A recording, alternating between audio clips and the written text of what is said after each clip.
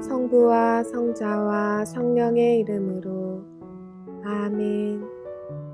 하늘과 땅을 만드시고 사람을 귀하게 지으신 하느님 아버지, 예수 그리스도를 저희에게 보내주시어 하느님을 아버지라 부르게 하시니 찬미 받으소서. 살아있고 힘이 있는 말씀으로 주님께서 친히 저희에게 사랑을 알려주시고 삶의 뜻을 깨우쳐 주시니 감사하나이다. 참으로 좋으신 하느님 아버지, 저희가 성경을 멀리하고 그 가르침을 알면서도 실행하지 못하였으니 성령의 능력으로 저희 영을 새롭게 하시어 성경을 가까이 하며 예수 그리스도와 이웃을 더욱 잘 알게 하여 주소서. 저희 구원을 간절히 바라시는 하느님 아버지, 저희가 성경을 생명의 말씀으로 받아들여 믿고 기도하고 살며 선포하게 하시고 언제나 예수 그리스도를 통하여 성령으로 하나 되어 아버지께 나아가게 하소서. 우리 주 그리스도를 통하여 비나이다. 아멘. 성부와 성자와 성령의 이름으로 아멘. 열린 성경 강좌에 오신 여러분 환영합니다.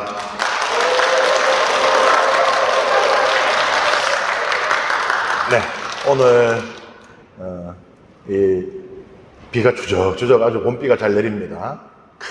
이런 날 뭐예요? 딱 성경 읽기 좋은 날. 뭐 나가서 뭐 다른 거 할 게 있나? 네, 오늘부터 우리는 이제 구약 성경에 이제 신약 성경의 사도행전의 독서를 우리가 함께 다 마쳤어요. 그리고 이제 구약으로 다시 돌아옵니다. 그래서 여호수아기, 판관기, 열왕기, 역대기를 읽어 나갈 거예요. 그리고 다시 또 신약으로 넘어갈 거예요. 왜 이러고 있느냐? 보통 이제 성경 독서를 하면은 그냥 복음부터 쭉 읽든지 아니면 창세기부터 쭉 읽잖아요. 근데 왜 이렇게 왔다 갔다 하느냐 헷갈리게. 신약하고 구약은 다른 두 권의 책이 아니고 하나의 책이라는 것을 여러분이 스스로 깨닫도록 하기 위함입니다. 읽다 보면은 이거 어디서 봤어? 복음에서 예수님이 얘기하신 게 이게 구약 성경에 있네? 이거 어디서 봤어? 구약 성경 어디 나온 게 이게 서간에 나오고 있네? 이제 이런 그 성경이 하나로 짜여져 있음을 스스로 이제 깨닫도록 이렇게 왔다 갔다 합니다. 여호수아기는 아마 좋아하시는 분이 많을 거예요.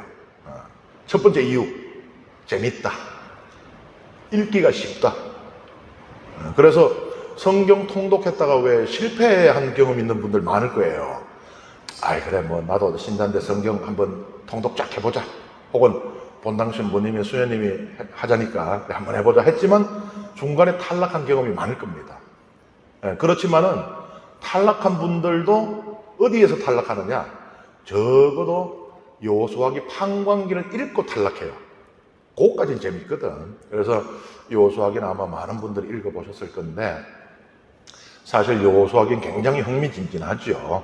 그리고 굉장히 읽다 보면은 가슴이 뜨거워지고 또 이 하느님의 영광에 대한 그런 이 기쁨으로 가득 차기도 합니다.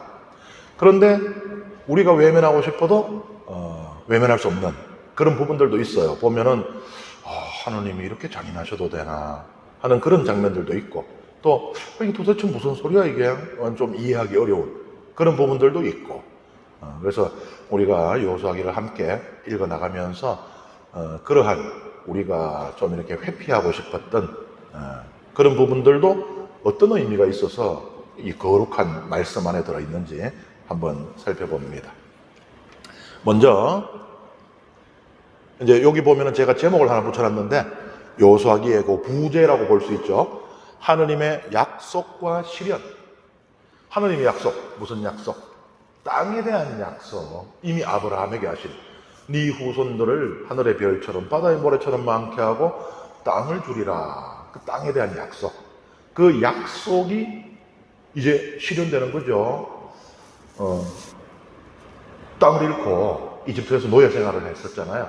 그러다가 해방되어서 광야 생활을 하고 광야 생활을 마치고 이제 가나안 땅에 들어가게 그 요수아기는 그 부분에 있는 이야기거든요.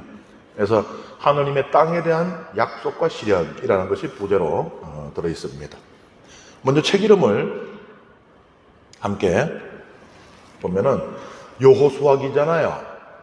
그러면은 주인공이 누구예요? 여호수아지, 상식적으로. 그렇죠? 아니, 춘향전이면은 춘향이가 주인공이지 방자가, 향단이가 주인공은 아니잖아요. 그런데 이 책은 좀 달라요. 사실 여호수아를 중심으로 이야기가 흘러갑니다. 여호수아가 모세의 뒤를 이어서 이스라엘의 지도자가 되고, 그리고 그가 이스라엘 백성을 이끌고 가나안 땅을 정복하고, 그리고 죽죠. 그의 죽음으로 여호수아기는 끝이 납니다. 그러니 이 이야기를 이끄는 인물은 맞는데 주인공은 아니에요. 무슨 말이냐? 여호수아, 히브리 말로 무슨 뜻이냐? 야훼는 구원이신다. 혹은 야훼는 구원하신다. 그 야훼는 하느님이잖아요. 하느님이 구원하신다. 이런 뜻이에요. 그러니까 이 가나안을 정복하게 된 것이 여호수아의 어떤 능력, 지혜, 이걸로 된 게 아니라는 거예요. 그것을 이루신 분은 하느님이시라는 겁니다. 앞에는 보면 여호수아가 서 있지만은 여호수아 자신의 힘으로 한 게 아니라는 거예요. 그러니 여호수아의 진정한 주인공은 누구냐? 하느님이라는 거예요. 그래서 그것을 여호수아 자신의 이름 안에 담아 놓은 거예요. 사람들이 여호수아의 주인공은 여호수아네 하는데 가만히 보면 여호수아 이름 자체가 하느님이 구원하신다는 뜻이니까 실제로 이 책의 주인공은 하느님이다는 말입니다.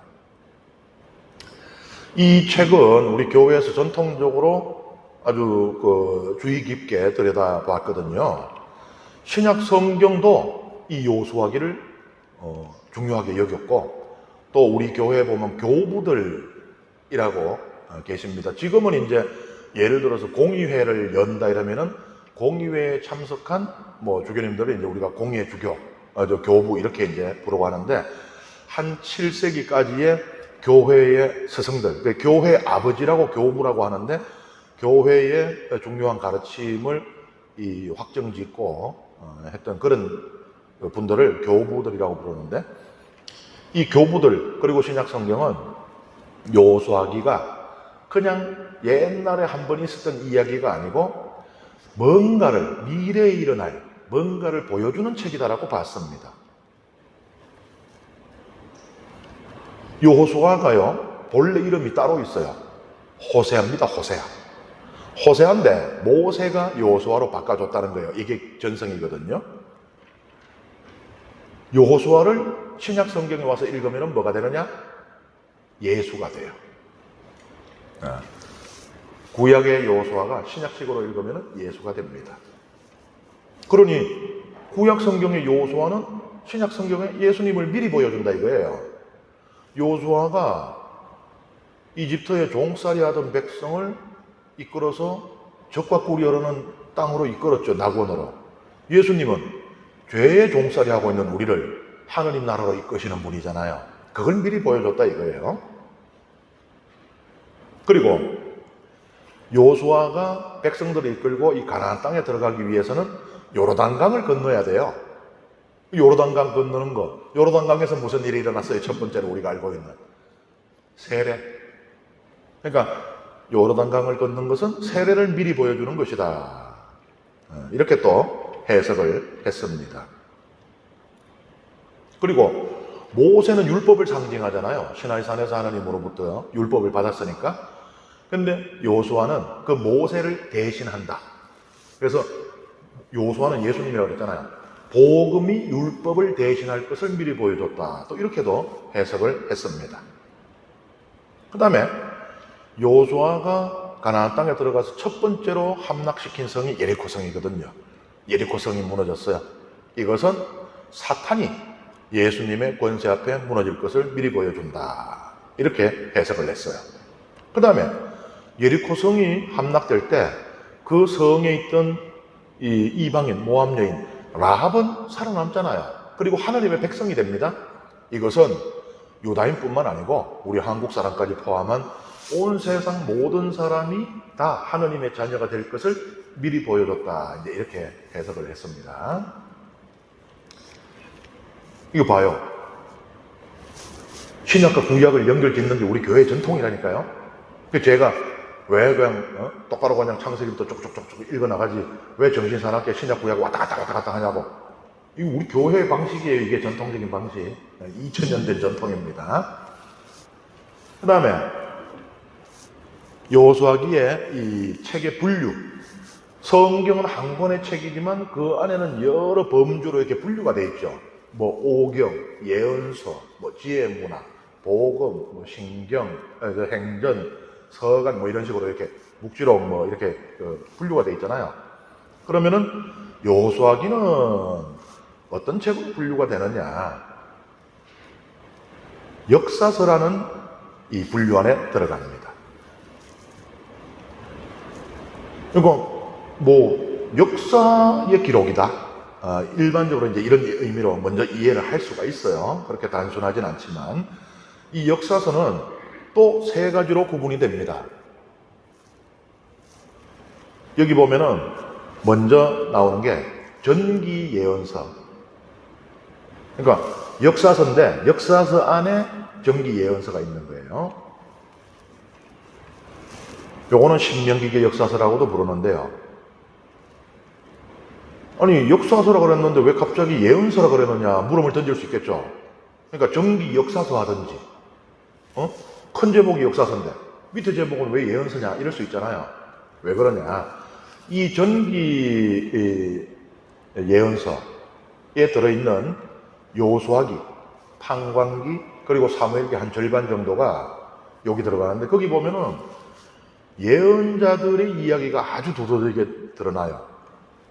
그래서 우리가 전기 역사서라고 하지 않고 전기 예언서다 이제 이렇게 이야기를 하는 것이거든요. 그리고 열왕기도 여기 들어가는데 여기도 보면은 열왕기도 예언자들의 이야기가 나오지만 무엇보다도 열왕기를 쓴 사람이 예언자라는 그런 전통이 있었어요. 그래서 이것도 예언서다. 그래서 전기 예언서 이제 이렇게 이야기를 합니다. 그런데 전기 예언서라고 부르지만은 신명기계 역사서라고도 부른다라고 해놨어요. 그죠? 그건 왜 그러냐? 이 책들을 읽어보면은 그 책에 흐르고 있는 중요한 사상이 신명기를 바탕으로 하고 있다는 거예요. 신명기의 가르침, 중요한 가르침을 바탕으로 하고 있다. 이래서 이제 신명기계 역사서라고도 부릅니다. 그러니까는 역사를 바라보는 관점이 신명기계적이라는 거예요. 우리가 그렇거든요. 똑같은 어떤 하나의 사건이 있어요. 그런데 어떻습니까? TV 틀면 이제 토론 같은 거 많이 나오잖아요. 막 여당, 야당, 뭐 진보, 보수 뭐 이러는데 분명히 하나의 사건인데, 이야, 저걸 저렇게도 볼 수 있구나 하는 거 깜짝 놀랄 때 있죠. 진짜 천재다, 천재. 저걸 어떻게 저렇게 해석을 하나? 뭐 이런, 물론 이제 얼토당토하는 뭐 억지 쓰기 뭐 이런 것도 있지만 정말로 이야, 저렇게도 해석이 되는구나 하는 게 있어요.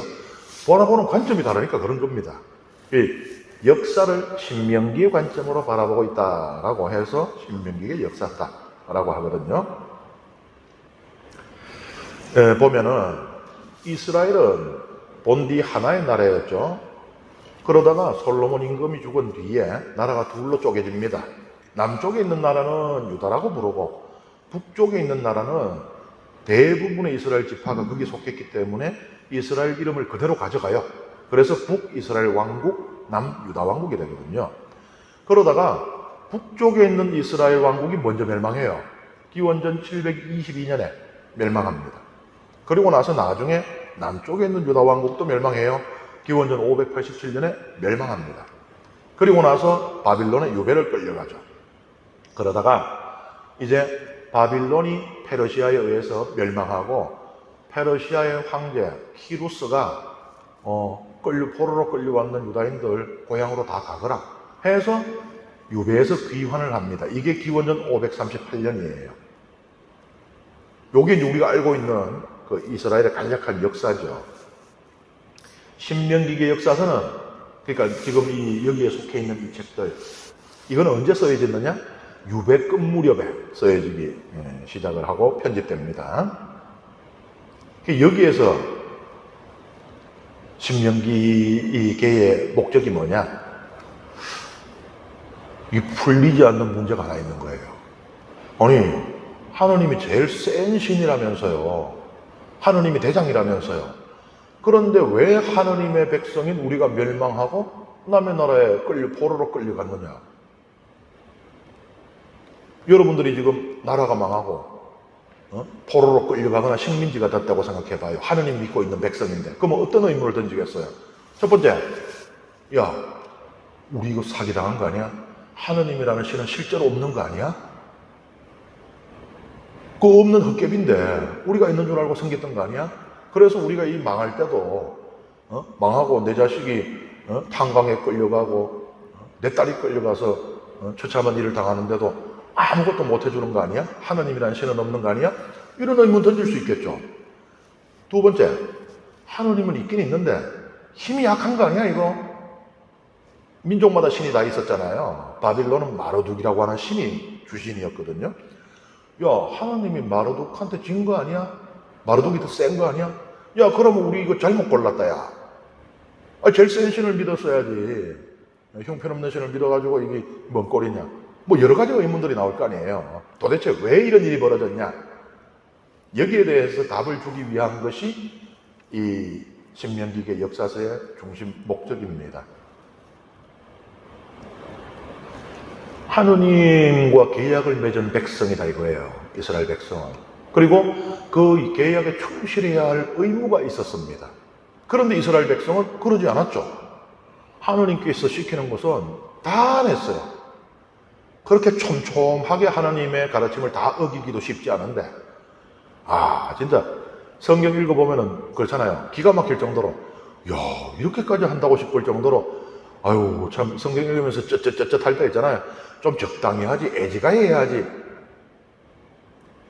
이스라엘 백성이 계약을 깨트렸기 때문에 하느님께서 이스라엘 백성을 훈육한 목적으로 고통을 주신 것이, 그러니까 당신의 백성을 완전히 멸망해서 사라지게 하려는 게 아니고, 애들이 말 안 들으면 회초리 때리잖아요.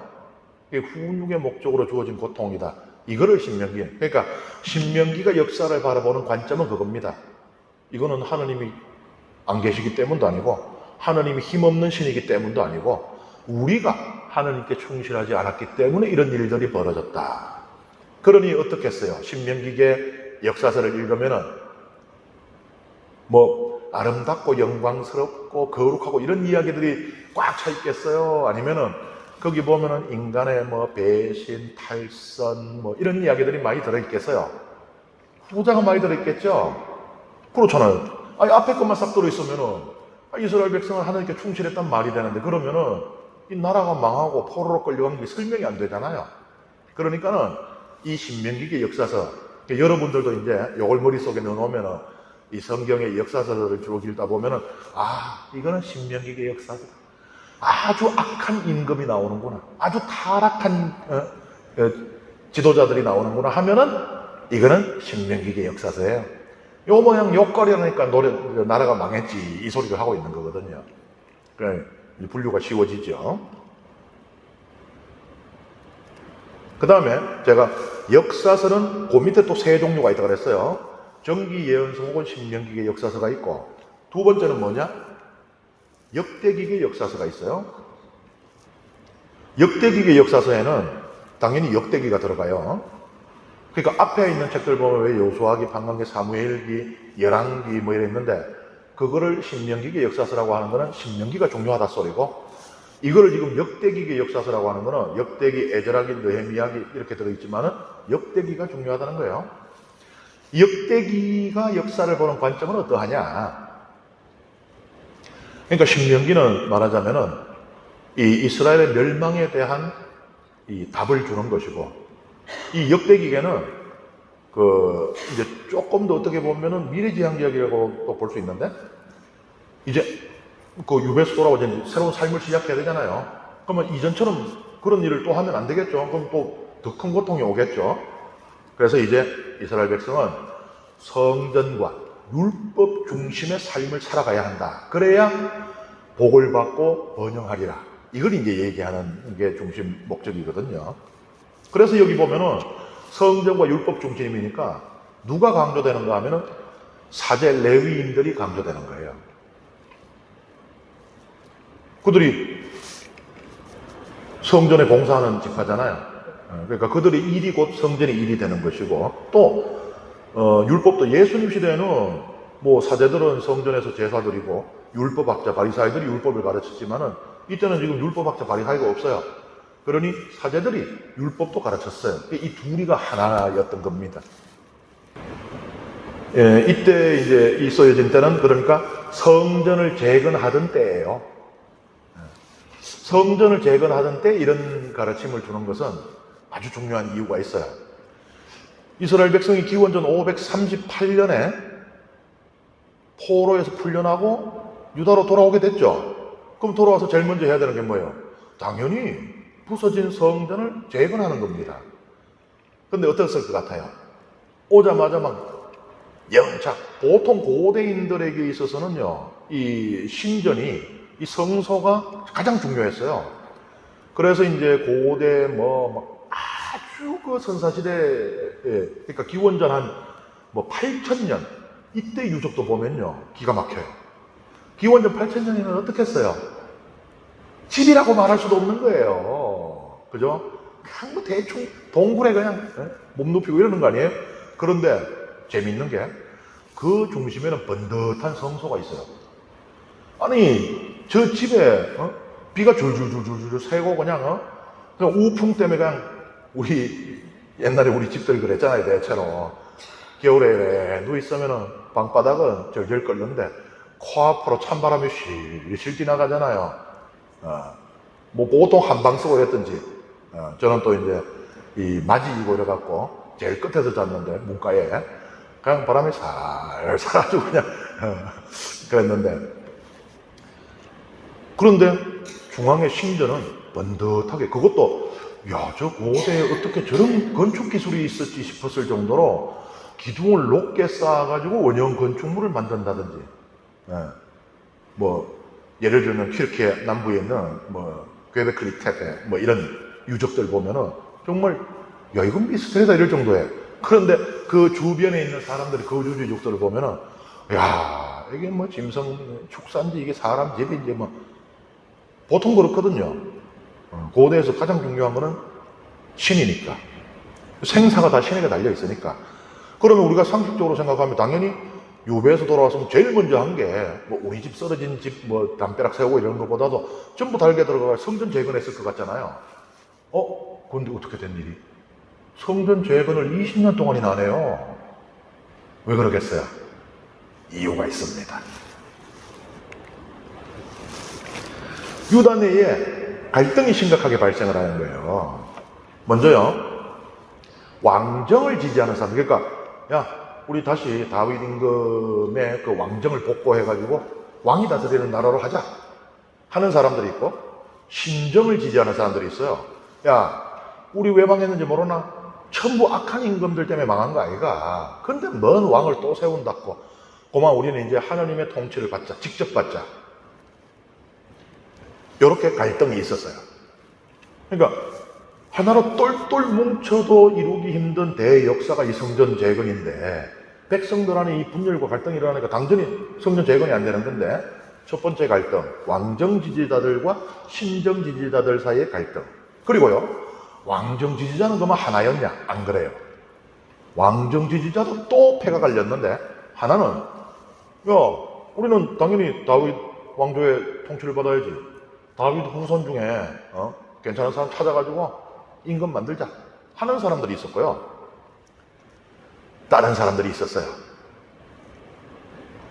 그 페르시아의 키루스 임금이 그 유배에서 풀어줬다 했죠.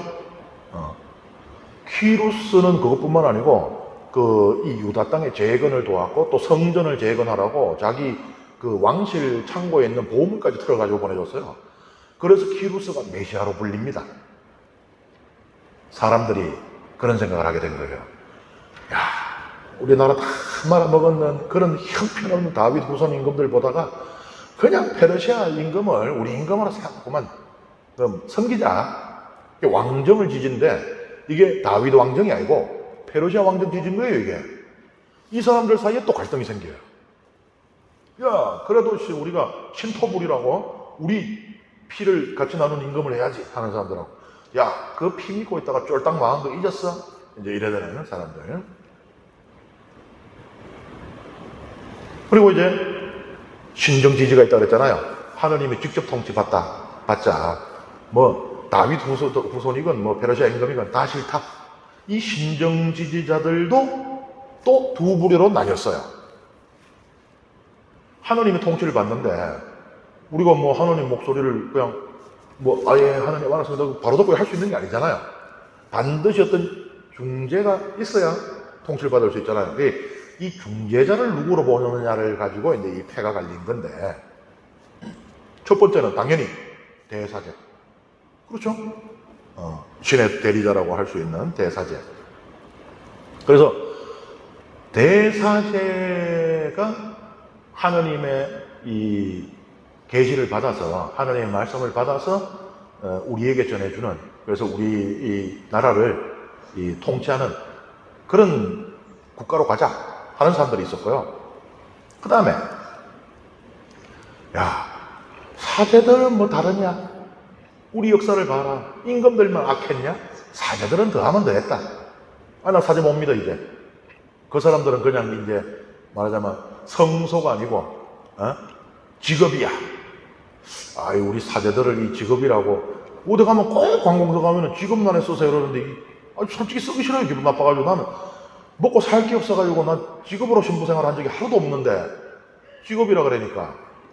미국도 가니까 그래요. 뭐 네 잡이 뭐냐고. 너 잡 없다. 그러면 이제 무직해.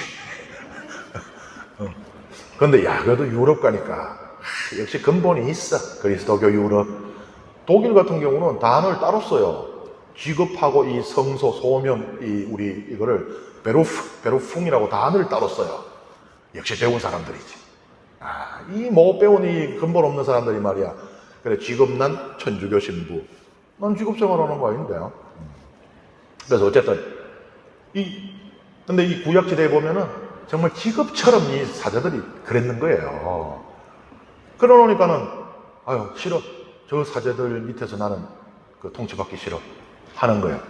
그런 사람들은 또 다른 형태의 신정을 원했는데, 그게 뭐냐면은 왕도 생기기 전에 있었던 게 있잖아요. 판관시대. 부족, 그러니까 저 지파, 12지파의 연합체로 나라가 운영이 되는데, 판관이 한 사람씩 나와가지고, 판관도 한 지파에서 나온 게 아니죠. 판관이 하나님의 말씀을 듣고 이제 이스라엘을 이렇게 다스렸다. 판관시대로 돌아가자. 야, 그때 우리 좋았지 않냐? 이제 뭐 이런 사람들이. 그러니까 왕정지지, 신정지지 갈등. 왕정 안에서도 둘, 다윗하고 페르시아.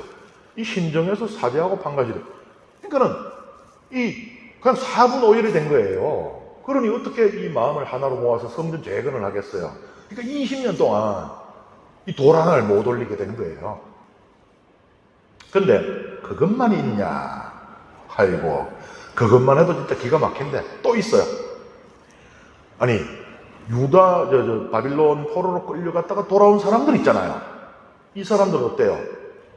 우리도 고구려 멸망했을 때 뭐 당나라에 끌려간 이 포로가 10만 명이라고 역사는 기록을 하고 있더라고요. 그러면은 누굴 끌고 가겠어요? 뭐 촌에 뭐 성도 없는 뭐 돌쇠 뭐 이런 사람들 끌고 가겠어요? 안 그렇거든요. 여기 놔두면은 해가 될 사람들. 그러니까는 그를 중심으로 이 백성이 뭉쳐가지고 뭔가를 할 수 있는 왕, 귀족들, 그 다음에 사제들, 그리고 글 쓸 줄 아는 사람들, 서기관들 뭐 이런 사람 벽보 붙이고, 우리도 그렇잖아요. 그 옛날 그 영화 드라마 같은 거 일제시대에 이 삐라 뿌리는 사람들 있잖아요. 일제 만행을 고발한다. 동포들이여, 사회동포들이여 골기하라 하고 뭐 그거 경문이잖아요. 옛날로 따지면은 그 사람이 선동되는 프로파간다. 이거 위험하거든. 그리고 기술 있는 사람들. 쇠 다루는 사람들은 무기를 만들 거 아니에요. 뭐, 그리고 이제 다른 이제 그런 그 재주가 있고 한 사람들. 그런 사람들을 싹 끌고 가는 거예요. 그 뭐, 무슨 뭐, 비좁은데 뭐 돌쇠까지 뭐 끝순이까지 다 끌고 가질 않아요. 그러니까는 엘리트 계층이 다 끌려갔다고 봐야 돼요. 성경도 기록하고 있죠. 왕들과 귀족들과 사제들과 서기관들, 바빌론 포로로 끌려갔다고 기록하고 있잖아요. 그러니까 끌려갔던 사람들하고 남은 사람들이 일단 원래가 신분 계층이 달라요. 거기다가 이 사람들이 볼 때는 저 사람들이 이 나라 멸망에 책임이 있어요. 그 엘리트들이. 너들이 나라를 개판 만들어가지고 망했잖냐. 그리고 페르시아의 바빌론 유배를 끌려갔지만은 거기에서요, 뭐 끔찍하게 우리가 이제 그 시편에 보면은 바빌론 왕께서 거기에 앉아 시온을 생각하며 눈물 짓노라. 우리를 끌고 간 자들이 시온의 노래를 한 자락 불러달라고 하였지만 내 어찌 남의 나라 땅에서 시온의 노래를 하느님의 노래를 부르자 뭐 이런 거 있잖아요. 그러니까 억수로 힘들었는갑다. 너무 고생했는갑다. 하지만 사실 안 그래요. 바빌론에서 대우 잘 받았습니다. 백성들하고 거의 큰 차이가 없었고, 그래서 이 바빌로니아에서 발굴된 그 점토판, 그러니까 진흙에다가 글자 써가지고 말라놓은 거, 그걸 보면요, 유다의 이름이 붙은 도시들도 있고, 유다인들 중에서 고위 관리가 되거나 큰 상인이 된 이들도 있고, 그리고 잘 먹고 잘 살았어, 솔직히. 그래가지고 키루스 황제가 이제 집으로 돌아가시오 했는데 다 집에 왔을 것 같아요? 안 왔어요. 이미 1987년부터, 1987년이 아니고, 기원전 587년부터 기원전 538년까지 거기 있으면서 한 2세대 이상을 거기 뿌리 내렸거든. 거기서 성공했어요. 거기서 성공했다는 건 뭐예요? 바빌로니아 제국이잖아요. 제국적인 거상이 됐다는 얘기고, 제국적인 영향력을 가진 이 인사가 됐다는 얘기고 한데, 이거 싹 내버리고 저 유다로 돌아간다? 사실은 유배에서 귀환한 사람들은 소수입니다. 다수가 그냥 거기 남아버렸어요. 그 정도로 괜찮았거든. 근데 여기는 어땠냐? 여기는 초토화를 만들어 놨거든요. 이 유다를 점령하기 위해서. 그게 지금까지도 그때 전쟁의 흔적들이 땅 파면 나온단 말이에요. 그 정도로 온 국토를, 그러니까는 다다다다다 쫓아가가지고 예루살렘만 딱 점령하고 이게 아니고 온 국토를 초토화시켜버렸어요. 그래서 나라가 완전히 오그라들어 버려요. 그래서 완전히 이제 다른 나라, 그러니까 완전 다 황무지가 되고 예루살렘과 그 주변 일부만 사람이 살 수 있는. 그리고 국가의 그 시스템이 다 붕괴됐잖아요. 아니 면서기도 하나 없어 이제. 아니 농기구만 두드리 만들어줄 놈도 없어요. 그러니까 역사가 거꾸로 퇴보를 했잖아요. 그 땅에 산 사람들, 척박한 땅에서 하루 사는 게 그냥 지옥같이 살았던 거예요. 거기에다가 이 바빌로니아가 이 유다를, 그 이집트, 왼쪽에 또 강대국 이집트가 있잖아요. 항상 긴장감이 있거든요. 말하자면은 그 사이에 있는 뭐라 그래야 돼요? 방패처럼 이렇게 여긴 거예요. 그러니까 이집트가 바빌로니아를 쳐들어오려고 그러면 유다를 치고 가야 돼요. 이 사람들은 계속 지금 전쟁 위협 속에 있는 거야. 먹고 살 것도 없는데. 정말로 척박하게 그렇게 살았어요. 고통이 심했던 거죠. 그런데 이제 유배에서 돌아온 사람들이 일부가 있었다 그랬죠? 이 사람들이 와갖고 쥐들이 언제 봤다고 양반질 하려고 그래요. 거기다가 더 황당한 거는 지 땅 찾아간다 이거야. 근데 이 사람들 죽기 살기로 고생해가지고는 그 척박한 땅 일구 해갖고 이제 조금 먹고 살만하게 했더니만 떠워가지고 이거 원래 내가 소작 붙여놓던 땅이라고 또 안 가져가려고 그러네 이게. 쥐가 언제 봤다고? 아니 쥐들 때문에 나라 다 망하고 쥐들은 바빌로니아 가가지고는 잘 먹고 잘 살아놓고 이제 와가지고는 뭐 임금 노릇하려고 그러고 귀족 노릇하려고 그러고 양반 노릇하려고 그러고 참 기가 막히다 이거. 갈등이 심했겠어요? 안 심했겠어요? 당연히 갈등이 심하죠. 그리고 또 종교적인 갈등도 있습니다. 이 종교에 있어서 가장 치명적인 것이 우상숭배의 위협이거든요. 솔직히 신은 많으면 많을수록 좋잖아. 안 그래요? 우리끼리 솔직히 얘기해 봅시다. 아니, 내가 뭐 돈 잃어버렸을 때 찾아주는 신 따로 있고, 뭐 아플 때 도와주는 신 따로 있고, 애 놓을 때 돌봐주는 신 따로 있고 하면 좋잖아요. 그러니까 모든 원시 종교들은 다 그런 시스템이 돼 있잖아요. 그래서 뭐 신들이 역할이 다 다르고, 그죠? 동생할 것 없이 똑같거든. 사실은 그것 때문에 우리 교회에도 성인 공경이 시작되는 하나의 이유가 됩니다. 이 로마가 황제가 세례를 받고 다 신자가 됐잖아요. 그 중에는 뭐 자기는 뭐 원하든 원하지 않든 황제가 믿으라니까 그냥 군대하고 똑같아. 군대 사단장이 성당 오면 오로 다 와야 되는 거하고. 근데 아니 자기들이 섬기던 신들이 있어요.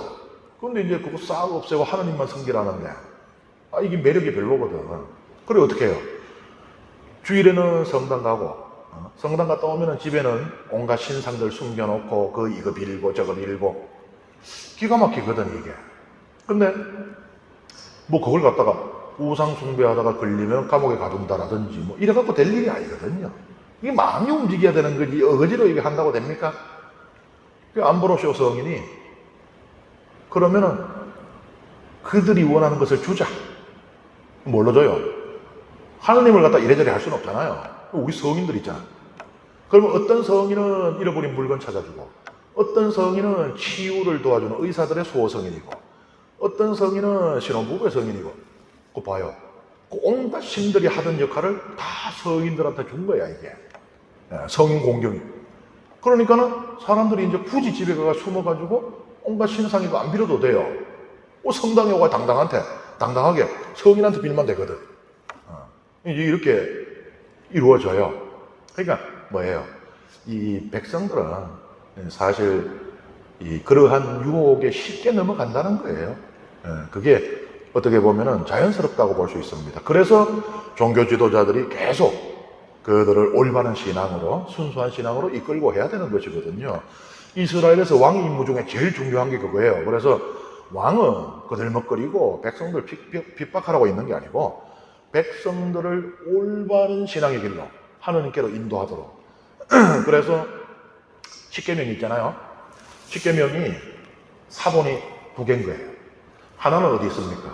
하나는 개혁의 교회와 함께 있죠. 다른 하나는 어디 있어요? 임금의 침대머리 맡에. 임금은 항상 그걸 읽고 또 읽고 그 율법서를 새겨야 돼요. 왜? 그래야지 자기가 올바른 신앙으로 백성들을 이끌 거 아니에요.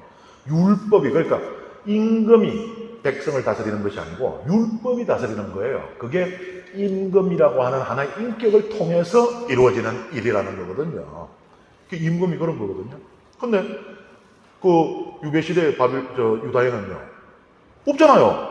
임금도 없고 있어봐야 뭐 형편없는 임금이었겠지만 어쨌든 임금도 없고 사제도 없고 어떻게 백성들이 실금실금 이 우상 찾아가고 저 우상 찾아가고 그냥 가랑비에 옷 젖듯이 그냥 그래 된 거예요. 신앙이 어떻게 보면 순수성이 옅어졌다고 볼 수 있죠.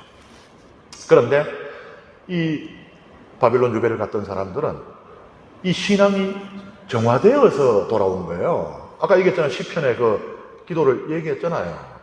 그러니까 거기서 잘 먹고 잘 살면서도 그래도 성전이 그립고 또 하느님께 대해서 죄송하고 회개의 그런 시간이 있었던 거예요. 그래서 그 사람들은 신앙이 정화가 됐죠. 그러니까 그 사람들은 신앙이 오히려 순수해졌고 이 사람들은 신앙이 오염됐고 하느님의 백성이긴 한데 신앙이 다른 두 부류가 한순간에 만나게 된 거예요. 그러니 거기도 갈등이 있을 수밖에 없어요. 아니 너 없을 때 우리 50년 동안 말이야 뭐 우리 신앙생활 다 이래 잘 해왔어. 팔공산 갓바위도 가서 빌고 또 우리 다 했어. 토요일은 갓바위 가고 주일은 성당 오고 다 했어. 근데 이 유배에서 돌아온 사람들이 볼 때는 그러면 안 된다. 그러면 또 우리는 망한다. 우리가 그랬기 때문에 망했다.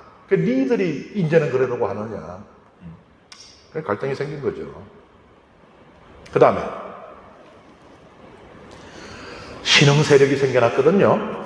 그러니까 원래 엘리트 계층 있잖아요. 바빌론 유배를 갔던 왕, 귀족, 사제 이런. 근데 거기서 아까 제가 말씀드렸죠. 상업으로 크게 성공한 사람들도 있었다고. 그러니까 말하자면은 이 부르주아 계급, 부르주아가 생겨난 거 있대. 부르주아가 그 부르주아는 성 안에 사는 사람이라는 뜻인데, 이게 이제 전통적인 땅을 가진 사람들이 귀족이잖아요. 영주. 그런데 이제 이 산업시대 또 상업이 중요해지면서 이 상업을 하는 사람들, 그러니까는 이 완전히 전통시대에는 그건 그냥 천한 장사치예요. 우리나라는 안 그렇습니까?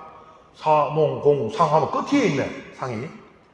그 돈이나 돈벌레들, 돈 빌리 쓰면서도, 에이, 참, 가고 나면, 그 대출 받아 땡겨놓고는 그 소금 뿌리고 그랬잖아요. 이제 천한 것들, 돈 뺏겨 모르는 것들. 그랬는데, 부르주아가 생긴 거예요. 신흥 세력, 이 상업을 기반으로 한. 이들도 일부가 돌아왔거든요. 그러니까, 이 돌아온 엘리트 계층, 전통적인 엘리트 계층하고 신흥 세력 사이에 또 갈등이 또 있는 거예요. 야, 옛날 같으면 겸상도 못할 것들이 어디에 와가 거들먹거리고 앉아있노? 그러면, 참, 지는 뭐 내 돈 안 쓰나 한번 보자, 이제. 뭐 이래 되는 거지, 이게. 그래서 이 신흥 세력들은 전통적인 위계를 무너뜨리고자 했어요. 야, 이제는 돈이 임금이고 돈이 형님이야. 니나 나랑 똑같아 이제 이러고 싶어 했고, 기존 엘리트 계층은 아니 자기들이 누리던 그런 그 사회적 지위, 쥐뿔도 가진 거 없어가지고 꾀죄죄한 도포자락에 빵꾸 났는 갓 쓰고 나가도 하면 전부 다 아이고 어른 나오십니까? 이 시대를 다시 원하는 거고, 그게 되냔 말이죠. 이 갈등이 일어날 수밖에 없었던 것이죠. 그래서 이러한 갈등들이 가득 차 있었어요. 그래서 성전을 지어야 한다, 뭐 하는 사람들도 있죠. 근데 성전이 없어야 한다는 사람들도 있을 수 있어요. 그리고 뭐 근데 다수는, 대부분은 성전을 지어야 한다는 쪽이긴 한데, 여기서 중요한 건 누가 주체가 되느냐예요. 성전 짓는 게 오야거든요. 고대에 보면은 성전은 전부 통치자들, 임금들, 족장들이 지어요. 그리고 보면 꼭 이야기가 있어. 그냥 내가 뭐 짓고 싶어 지었는 게 아니고, 어젯밤에 뭐 마르둑 신이 나에게 나타나서 나의 집을 지으라고 했다. 우리 성경은 안 그렇습니까? 솔로몬 임금에게 하나님께서 내 집을 지어라. 내가 그냥 지은 게 아니고 내보고 지락하대. 뭐예요? 신이 나에게 정당성을 주잖아요. 내가 오야잖아요. 하나님이 나를 가려 뽑았어요. 내보고 지으라 그랬어요. 그러면 내가 여기서는 하나님한테 제일 가까운 사람인 거예요. 그러니 뭐 비 오기를 원한다면은, 또 뭐 곡식이 잘 자라기를 원한다면, 짐승들이 새끼를 잘 낳기를 원한다면 나를 통해서 하나님한테 청해야 되는 거예요. 생사여탈권이 나에게 있는 거죠. 그러니 자연스럽게 권력이 나에게 집중되는 겁니다. 그래서 성전을, 신전을, 성소를 누가 세우느냐가 중요한데, 이걸 두고 이제 야, 우리 신흥세기를 우리가 할게. 야, 전통적 엘리트 우리가 할게. 아니다, 민초들은 아이고 이거 저거 다 필요 없다. 우린 그만 저 뒷산에 가가지고 발한테 빌어도 되고 뭐 이러 놓으니까 성전이 20년 동안 그냥 건축이 되지 못하고 공사가 스탑이 된 겁니다. 여기까지 하고 이번 시간 강의는 마치고 다음 시간 강의에 마저 이어서 하겠습니다. 감사합니다.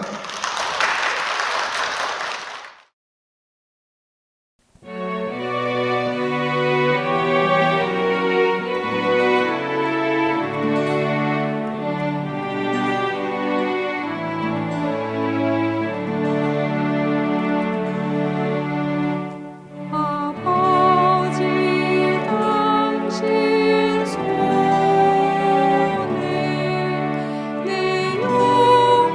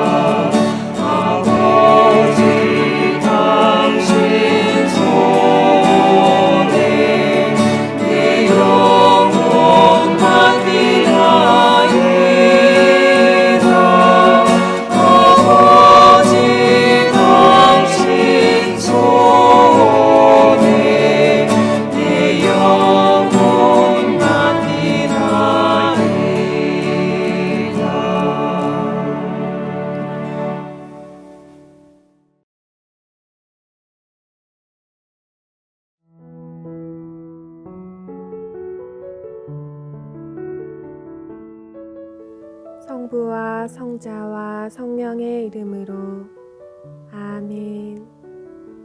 영광이 성부와 성자와 성령께 처음과 같이 이제와 항상 영원히 아멘. 성부와 성자와 성령의 이름으로 아멘.